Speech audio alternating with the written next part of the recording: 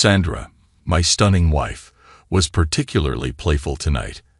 As we lounged on the couch post-dinner, she leaped onto my lap, showering me with kisses and hugs, her playful demeanor more pronounced than usual. Known as Donnie among friends, I met Sandra over 5 years ago, and we recently celebrated our 4th wedding anniversary. Our paths crossed shortly after my discharge from the Marines. During my military tenure, I delved deeply into weight training and self-defense, culminating in a year-long stint as a drill instructor, molding recruits into resilient soldiers. It was an exhilarating experience, but I harbored ambitions beyond military life. Upon leaving the service, I channeled my savings from 4 years of service into establishing my own gym and health training venture. The business took off swiftly, consuming all my time as I poured myself into its growth and aiding others in their fitness journeys. Standing tall at 6'4" and weighing 255 pounds of muscle, I instilled confidence in my clients, assuring them of my ability to help transform their bodies. Witnessing their evolution from self-doubting individuals to confident, strong beings within 6 months was immensely gratifying. Sandra, the sister of one of my clients, and I hit it off immediately. Despite our contrasting statures, she standing at 5'4" and weighing 145 pounds lighter than me, we formed an unlikely yet charming couple. At just 110 pounds, Sandra exuded a delicate innocence at 22, while I, at 26, carried the weight of greater life experiences. Although she wasn't keen on training, we relished every moment spent together, filling our free time with shared activities. Our bond grew stronger, leading us to an exclusive relationship and eventual marriage a year later. Sandra proved to be an exceptional lover, attentive and affectionate, fulfilling all my needs with unwavering devotion. Her playful innocence was one of the many qualities I cherished about her. While some might mistake her vivacity for flightiness or dismiss her as a dumb blonde, I found her endearing, though admittedly, she lacked common sense at times. As a health trainer with a chiseled physique and undeniable charm, I constantly faced advances from female clients. It became a perpetual struggle to maintain boundaries, prompting me to install video cameras throughout the gym to safeguard against potential false accusations of sexual assault from rejected suitors. I took these precautions to protect both my business and my reputation, ensuring Sandra could remotely monitor the activities for added peace of mind. Sandra knows the depth of my devotion, and I consistently express my love for her. Financially, we're secure, my business thrives, and Sandra supplements our income with her work as a real estate agent. Last Sunday afternoon, as we lounged in the living room with a bottle of wine, Sandra's playful demeanor surpassed its usual bounds. She giggled incessantly, surprising me by leaping onto my lap, showering me with affectionate kisses reminiscent of a carefree teenager. I couldn't deny the warmth that spread within me. Her attention always made me feel cherished. However, our tranquil moment swiftly shifted when Sandra, her hand gently running through my hair, flashed that heart-melting smile and casually dropped a bombshell. "Sweetheart, Matthew is taking me out to dinner next Friday night. You're okay with that, right?" It took me a moment to process her words. Initially, I brushed it off, basking in her radiant smile. When my silence persisted, she repeated her question with a touch of sweetness. "You don't mind, right?" Confusion clouded my mind as I struggled to comprehend. "Sandra, what exactly are you asking me?" "I'm sorry, but I don't quite follow." "Oh, you silly," she chuckled softly. "Matthew from the office invited me to dinner next Friday, and I may have agreed." As her words sank in, my initial disbelief morphed into understanding, yet disbelief lingered. "Wait, are you asking for my permission to go on a dinner date with Matthew next week?" "It's not really a date, just dinner and maybe a movie," she reassured, her tone light yet tinged with anticipation. I sat there, utterly stunned, my mouth agape in disbelief. Could it be true? Was my devoted wife, the very essence of my love and fidelity, truly asking for my consent to go on a date with another man? Sandra, That's precisely what a date entails. Are you seriously considering going out with someone else? I managed to articulate, struggling to comprehend the gravity of her request. He's just a colleague, Donnie. We have a great rapport at work, and he always brings a smile to my face. It's not like a traditional date, more like drinks after work, but in this instance, dinner and a movie, she explained, her tone seemingly oblivious to the weight of her words. My mind reeled. How could she fail to grasp the enormity of her request? Sandra, you know I've never entertained the thought of being with another woman. How can you even contemplate going out with another man? Donnie, please don't be jealous. He's nothing like you, and it's just one evening. My feelings for you remain unchanged. He means nothing to me, but I want to do this. I hope you're not upset. She pleaded, her words falling on ears numb with shock. Madness threatened to consume me, but years of military training kept me composed as I swiftly devised a plan. Ah, you've already agreed. I see, I murmured, feigning understanding as I reached for my cell phone. With Sandra still perched on my lap, absent-mindedly playing with my hair, I dialed the number of a persistent suitor who had pursued me for months. Hi Mary, it's Donnie. I spoke into the phone, noting the confusion flickering across my wife's face. I'm doing well, thank you. Say, is that offer still open for Friday night? It is. Fantastic. My wife just mentioned she's interested in an open marriage, and you immediately sprung to mind. It sounds like fun. I'll catch up with you this week to plan it out. Bye. Sandra ceased her hair rubbing and shot me a puzzled glance. Who's Mary? She's one of my clients. We share a good rapport, and she's quite amusing. So we're going out on Friday night, just like you suggested, I explained casually.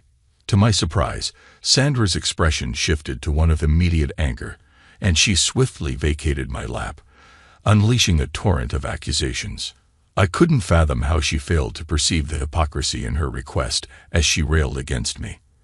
I can't believe you're going out with some girl, probably some promiscuous woman, I'm sure. I won't tolerate your infidelity, Donnie. That's unacceptable. Struggling to contain my amusement, I responded, but it's perfectly acceptable for you to go out with a coworker. It's different, she retorted adamantly. How so? I pressed. It was just a casual night out for some enjoyment, she defended.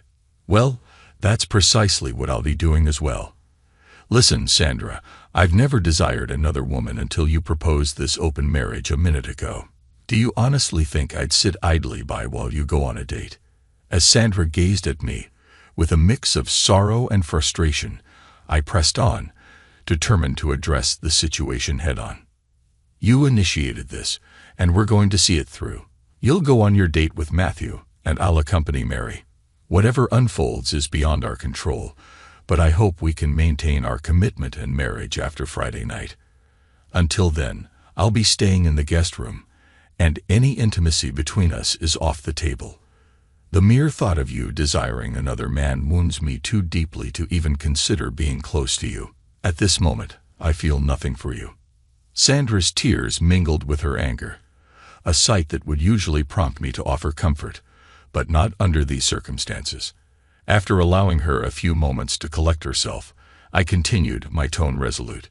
Starting next week, we'll attend counseling to unravel why I seem inadequate to you. If you can help me understand why I fall short, perhaps we can salvage our marriage. But let me be clear, the responsibility lies squarely with you now. The notion of you yearning for another man tempts me to end this marriage immediately, but I'm willing to confront this maturely. Our future hinges on Friday night, and our feelings afterward. Just remember, Sandra, whatever unfolds is a consequence of your decision to pursue this date with Matthew. I have no intention of altering my plans, and you'll have to reckon with the aftermath, whatever it may entail. Sandra remained tearful and bewildered, offering no words as she exited the room. It wasn't long before I heard her conversing with her sister on the phone, a scenario I had anticipated. Evidently, her sister's response was less than supportive, because an hour later, Sandra returned, assuming her guise of sweetness and innocence. However, I remained vigilant, immune to her attempts at manipulation. "Sweetheart, I may have made a mistake about going out with Matthew. I've decided to cancel it. I don't want to be with anyone else," she confessed. "That's entirely your decision, Sandra, but you've set something in motion, and I'm resolved to see it through. Whether you choose to go out or stay home, I will not cancel my plans with Mary. You made your desires abundantly clear and intentionally caused me pain. The only path forward for me now is to explore where this leads. Perhaps you're right, and we do need to explore dating others and truly embrace an open marriage. But you must understand there are always consequences to your choices. This was your decision. And remember, you accepted his invitation before consulting me. That hurt, and it's not something I can easily forgive," I asserted firmly. Attempting to clarify once more, Sandra pleaded, "Donnie, it wasn't really a date. You have to believe me. It was just a casual after-hours gathering. It's not significant. I'll cancel it. Can't we just go out together on Friday night?" Ignoring her entreaties, I grabbed a beer and sought solace on the patio. I spent the night in the guest room, and the remainder of the week listening to Sandra's tearful lamentations echoing through the evening. The following day, I received a call from Sandra's sister, Patricia. "Donnie, is it true you're planning to go out with another woman this week? You can't do that to Sandra. She loves you so much. Patricia, it's evident you're not fully informed about the situation, or haven't heard the whole story. Your sister agreed to go on a date with a coworker without consulting me. She returned home and simply announced her plans, showing little regard for my feelings or the integrity of our marriage. I've made the decision to go on a date myself, and afterward, we'll reassess our relationship. I've remained faithful to Sandra since the day I met her. However, I'm uncertain if I can continue in a marriage where my wife desires other men. That's a hurdle I'm struggling to overcome. Do you understand, Patricia?" "Yes, Donnie, I do. I didn't realize she acted so thoughtlessly. Please be patient with her. She may not even realize the hurt she's causing you, and may think it's insignificant." "Patricia, I am exercising patience. Despite my hurt, I haven't taken any drastic measures, but she must face the consequences of her actions," I responded firmly. After Patricia's intervention, Sandra finally grasped the gravity of her actions and the impact they had on our relationship and my feelings. She apologized earnestly and pleaded with me to reconsider, urging me to cancel our respective dates. However, I was resolute in my determination to restore balance and understanding in our marriage. The realization that one's wife desires another man is a devastating blow I wouldn't wish upon anyone. So, until you've walked in my shoes, please reserve judgment on my decisions. I arranged for Mary to pick me up that night because I wanted her to meet my wife and confirm that it was acceptable for her to accompany a married man. Friday night. Despite Sandra's reluctance to go out with her coworker, I insisted she honor her commitment with Matthew.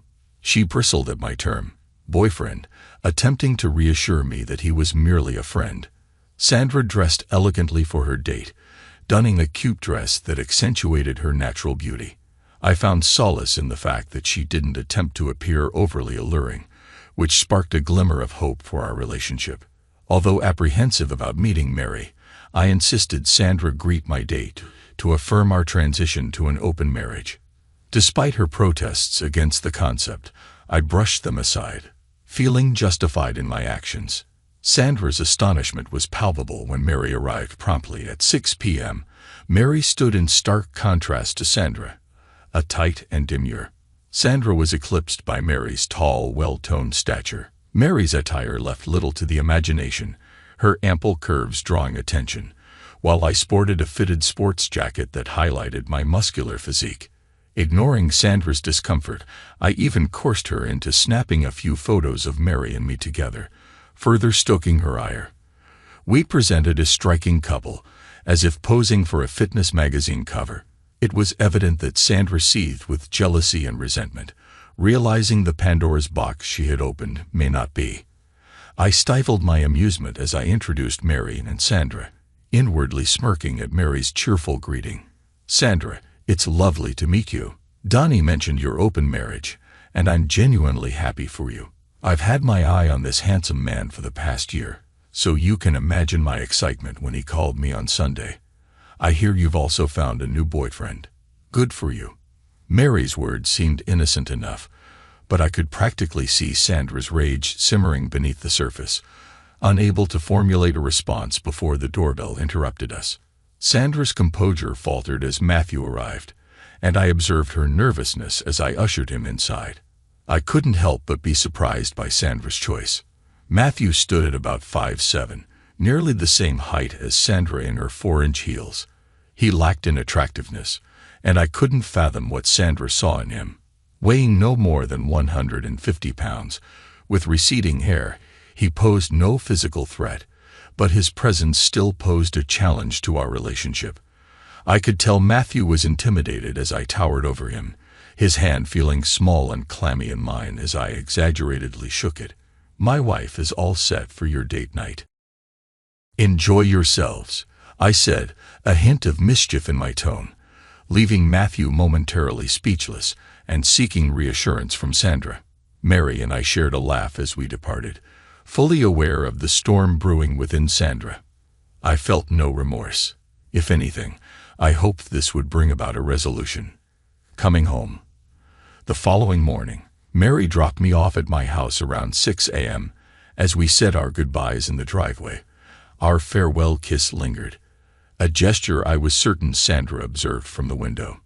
Mary and I had enjoyed a delightful evening together, a lovely dinner, followed by dancing at one of her favorite clubs, a romantic stroll along the beach after the club closed, and breakfast before she drove me home. It had been an eventful night. Mary proved to be an engaging companion, an exceptional dancer, possessed a wonderful sense of humor, and was undeniably attractive. Our chemistry was palpable, and her kisses were electrifying. Although our interaction didn't progress beyond a kiss, I couldn't ignore the potential for an exhilarating relationship with Mary. Yet, Sandra remained the predominant thought occupying my mind throughout the entire night. Even as we danced, memories of my wife flooded my thoughts. Walking along the beach, reminiscent of Sandra and me in Hawaii, stirred bittersweet emotions within me. Every moment, save for the lingering goodnight kiss, was overshadowed by thoughts of Sandra. With a mixture of happiness and sorrow, I entered my house, pondering whether it would ever feel like home again. Sandra was waiting for me as I entered the house. Without preamble, she launched into accusations. Nice kiss. What else did you do all night? She spat. Ignoring her hostility, I greeted her calmly. Good morning, Sandra. How was your date? Matthew seems like a nice guy. You slept with her, she erupted, her voice filled with anger. Sandra, it was just our first date. You should know better than to jump to conclusions, I responded, attempting to diffuse the tension. First date? Are you planning to see her again? She demanded. I'm not sure. Are you planning to see your boyfriend again? I countered. Of course not. I don't want him. I want you, she confessed tearfully. Well, you seemed to want him last week. What changed? I inquired, a hint of frustration creeping into my voice. It became apparent that Sandra had come to understand the gravity of her actions, and perhaps she genuinely viewed her outing with Matthew as nothing more than spending time with a friend, akin to hanging out with one of her girlfriends. After all, Matthew didn't pose a threat, and in retrospect, I may have overreacted. However, the idea that any woman would expect her husband to be comfortable with her going out with another man, even innocently, still baffled me. I pulled Sandra close into my embrace. Sandra, I love you dearly, but I cannot tolerate the idea of being with a woman who desires other men under any circumstances. I refuse to accept infidelity, and if it ever happens again, if you lie to me or betray my trust, I will not hesitate to end our marriage. Do you understand? I held her gaze firmly as I spoke. Sandra reciprocated the embrace, showering me with kisses. Yes, darling, I would never cheat on you. I have never desired anyone else but you. This situation was different. Sandra held me close, her tears soaking my shirt. It wasn't a date. What you had with that woman was a date. We had dinner, but Matthew was so rattled after encountering you and injuring his hand. He insisted on taking me home immediately afterward. It wasn't enjoyable, and I had a dreadful time. He dropped me off before 8 p.m., and I've been here, replaying scenarios in my mind, while agonizing over what you might have been doing with her all night, and then seeing you kiss her like that. She trailed off, succumbing to tears once again. I held Sandra close, reassuring her that everything would be okay. Despite the gravity of the situation, I couldn't help but chuckle inwardly at the thought of Matthew meeting his muscle-bound competition. My firm handshake with him had left me confident that he would be a perfect gentleman that evening, which was one reason I insisted on meeting him before Mary and I departed. Sandra, let's set aside last night's events for now, but I'm serious about seeking counseling. There are things I still need to understand, and you need to comprehend my feelings too. If we can work through this and rebuild trust, then I won't see Mary or any of the other women who persistently ask me out, I said earnestly. Sandra's eyes widened as she realized Mary wasn't the sole concern. I returned to sleeping in her bed, signaling a step towards normalcy and clarity. Counseling proved invaluable to our situation. Mrs. Stewart provided a compassionate and supportive environment. She patiently explained to Sandra how her actions had made me feel insignificant and hurt. Sandra attempted to clarify that she hadn't viewed Matthew as a romantic interest, but merely as a friend. She argued that she had never labeled their outing as a date, but simply as a night out with her friend Matthew, akin to spending time with one of her girlfriends. It was only through Mrs. Stewart's guidance that Sandra came to understand the importance of boundaries in a monogamous relationship, that spending time with other men at the expense of your husband was unacceptable. Sandra attempted to argue that my decision to date another woman was vindictive, especially considering the woman in question was evidently more attractive and beautiful. She insisted it was unfair and unjust. Mrs. Stewart intervened, providing insights from my perspective and offering viewpoints that helped soothe Sandra's agitation. When it was my turn to address the situation, I acknowledged that I now comprehended Sandra's intentions, but reiterated my stance on her spending time with other men. Turning to Sandra, I spoke firmly. Sandra, I love you, but you shattered my heart when you mentioned going out with Matthew. My military training instincts kicked in, and I felt compelled to fight back. If you were considering seeing other men, then I felt compelled to respond by dating other women. It's a decision I never wanted to make, and I regret that it happened, but the responsibility lies with you. If a similar situation arises in the future, you'll find divorce papers on the table within a week. I refuse to tolerate infidelity. I understand that you may not have perceived it as a date, which is why I'm willing to work on our marriage, but let this serve as a warning. Never attempt something like that again. After the intense exchange, a palpable shift occurred in our dynamic. Sandra became more attuned to my emotions, and our communication deepened. We transformed this absurd ordeal into a catalyst for strengthening our marriage. Our therapy sessions continued for several months, during which we discovered new methods to prioritize each other in our relationship. Mary displayed remarkable understanding and took the initiative to reach out to Sandra, assuring her that she would refrain from pursuing her husband. She made it clear that while she would step back, she remained open to stepping in if Sandra ever chose to end things with me. Recognizing the gravity of her actions and the potential loss of our relationship, Sandra underwent a profound realization. She understood the importance of our bond and the consequences of her choices. Never again did she provide cause for jealousy or entertain the thought of being with another man. She grasped the significance of a committed relationship and accepted responsibility for her decisions. While Sandra and Matthew maintained their friendship, Matthew hesitated to make any advances or pursue a romantic connection, wary of crossing boundaries. Reflecting on the events, I came to a realization. Sometimes, women can't understand normal thinking. Thanks to everyone who took the time to listen to today's stories. If you enjoyed it, please consider liking and subscribing if you haven't already. Feel free to share your thoughts on the events in the comments below. Take care.